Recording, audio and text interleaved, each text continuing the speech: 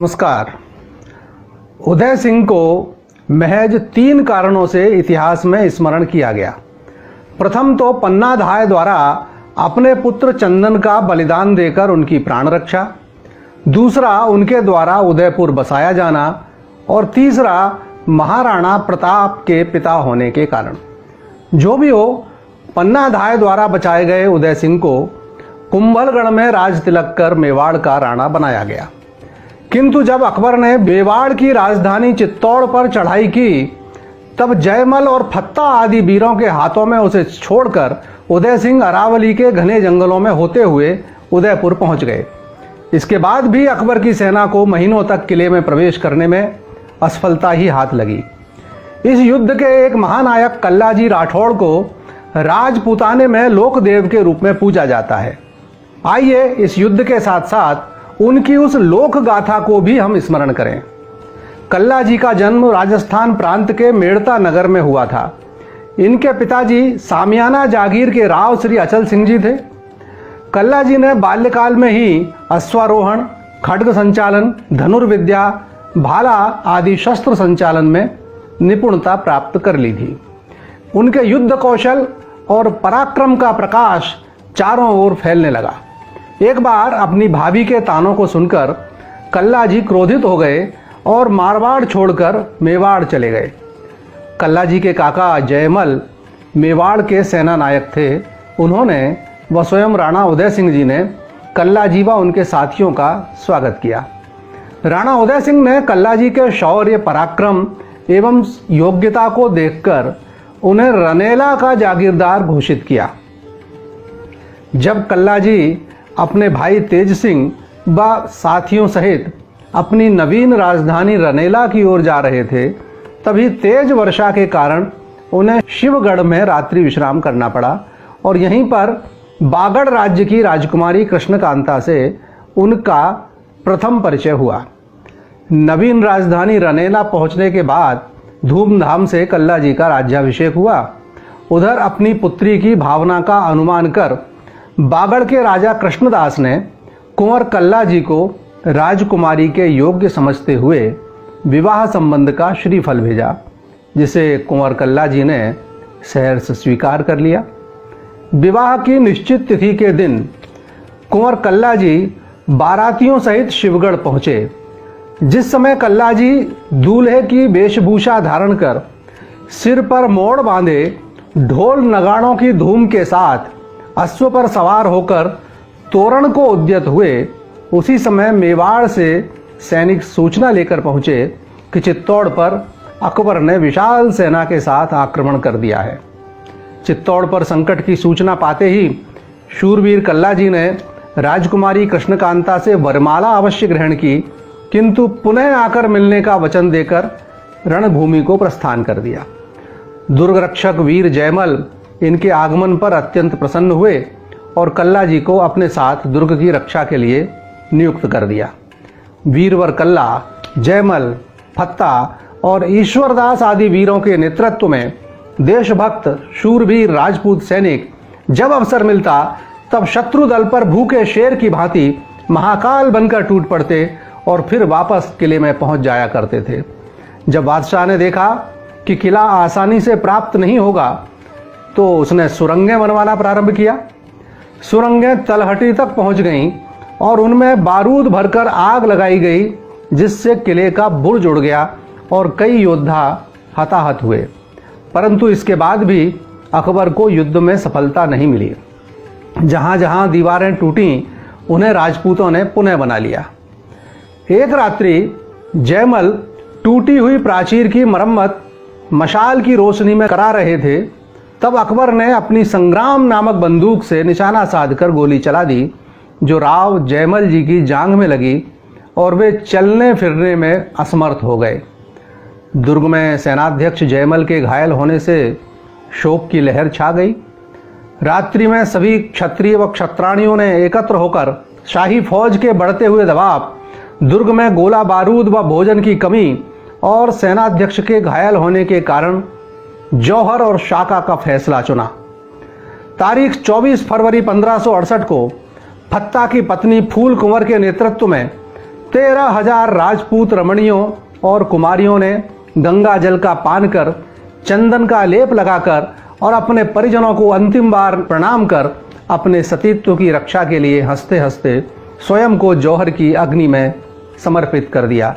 यह मेवाड़ का लगातार तीसरा जौहर था। क्षत्रियों ने दुर्ग के गौमुख में स्नान कर, केसरिया बाना धारण कर, गंगा जल का पान व गीता पाठ सुनकर अमल पान किया। सेनाध्यक्ष राव जयमल ने सरदारों को अमल पान कराया।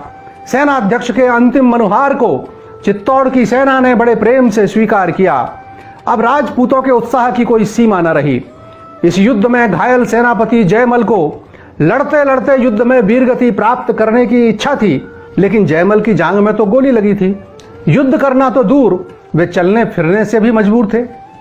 तब वीर शिरोमणि कल्लाजी राठौड़ ने काका जयमल जी को अपनी पीठ पर बैठाकर युद्ध करने का फैसला किया।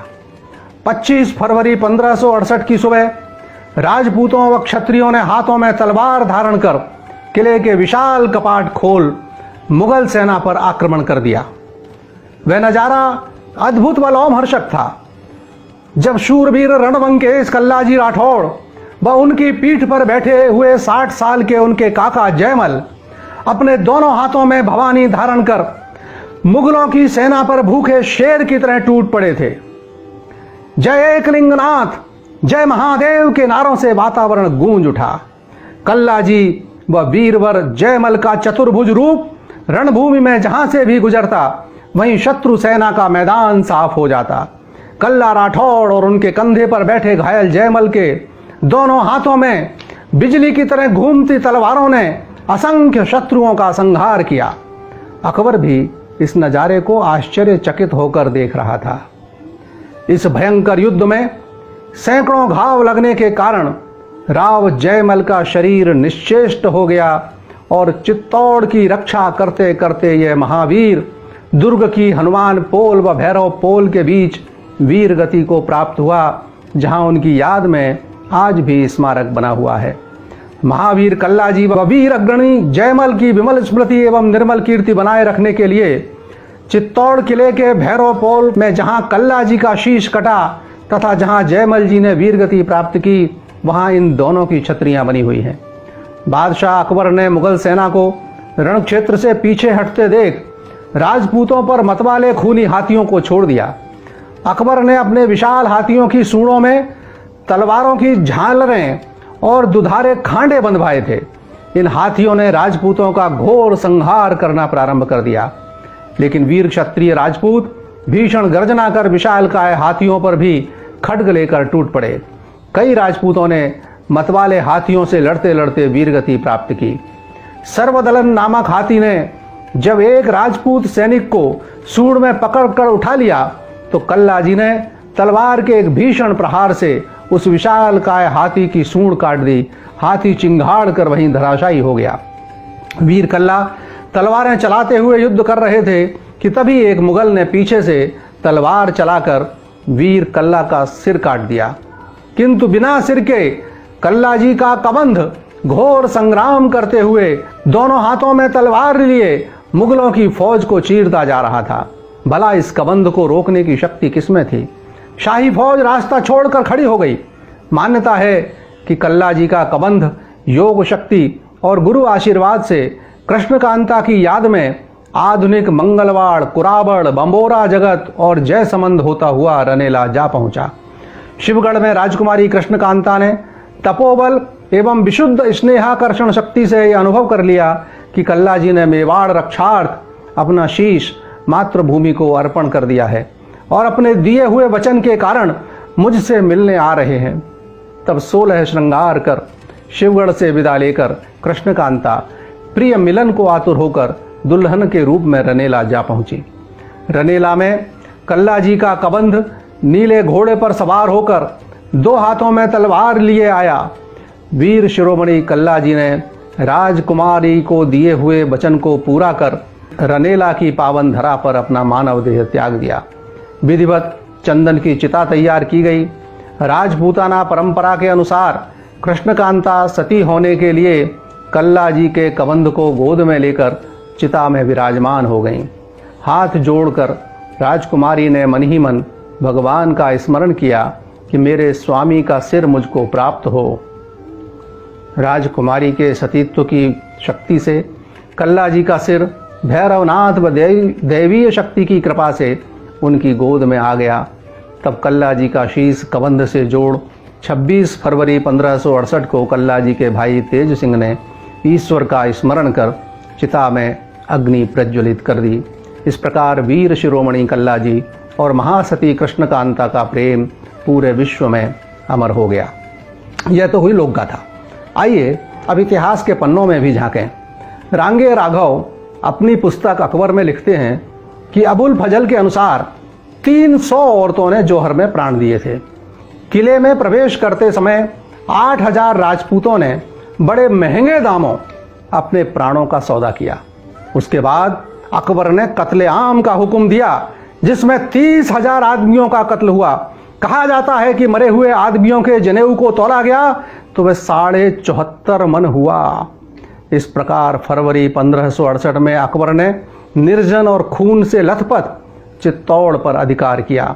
धूर्तता की पराकाष्ठा देखिए कि उसने वीर जयमल और फत्ता की हाथी पर सवार मूर्तियां बनाकर अपनी राजधानी आगरा के किले के बाहर स्थापित करवा दी और इतने भर से संतुष्ट होकर महाबुद्धिमान राजे रजवाड़े, जिनमें स्वयं राणा उदय सिंह के पुत्र जयमल भी सम्मिलित थे, उसकी जय जयकार करते रहे। इतिहासकार उसे महान कहते रहे, किंतु उन लौहपीटों ने प्रतिज्ञा की कि जब तक चित्तौड़ आजाद नहीं होगा वे एक जगह नहीं रहेंगे, एक जगह नहीं बसेंगे।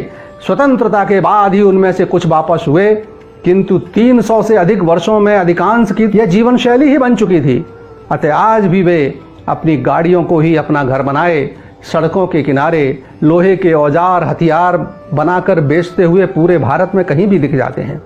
उन्हें देखकर मुझे तो सदा चित्तौड़ की याद ताजा हो जाती है। संभव है आपको भी कुछ ऐसी ही अनुभूति होती होगी। नमस्कार।